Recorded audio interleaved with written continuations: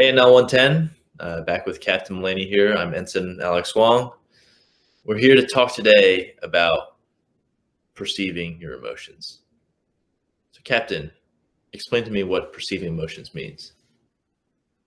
I think the thing that I find most interesting about perceiving emotions is the fact that because emotions happen to us as a reaction from System 1, there's really nothing that tells us you're feeling angry, you're feeling sad right now. We just feel it. And in order to be intentional about it, at some point you have to actually be aware that you're feeling the emotion in the first place. This goes back again to our discussion about emotions. I think it's really, really fruitful to understand that emotion is something that happens to you. Because if you think about it as something that happens to you, then I think it's easier to see it happen as opposed to simply feel it. I think the other thing that's important about perceiving emotions is, as we alluded to in our last discussion, that emotional intelligence could be about yourself or it could be about other people. And so, obviously, the difficulty in perceiving emotions in self is the fact that it's happening in System 1. But it's a whole different ballgame if you're thinking about perceiving emotions in other people. You have to actually be attending to, to their face, to their posture, to things such as that. Is it possible to be good at one and not the other? Yeah, it's interesting. I think so. If you talk about introverts versus extroverts, one of the things that's different about introverts and extroverts is where their attention is.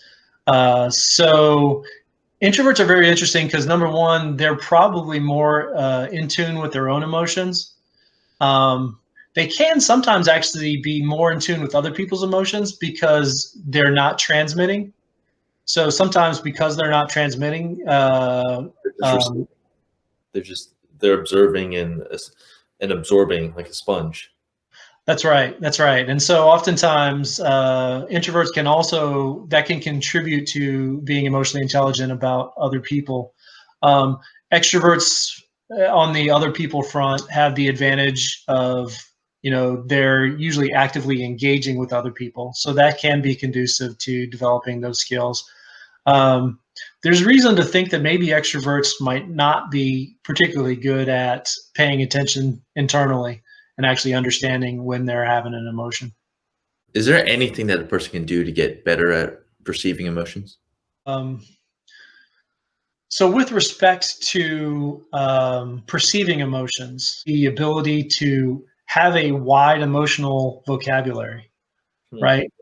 So the ability to, when you have an emotion, actually to use precise words to describe what that emotion is, right? Because there's a difference between being enraged, being irritated, being angry. This is all in the same emotional domain, but they are a little bit different. You could also be kind of taken aback by something, right? The value of developing a more discrete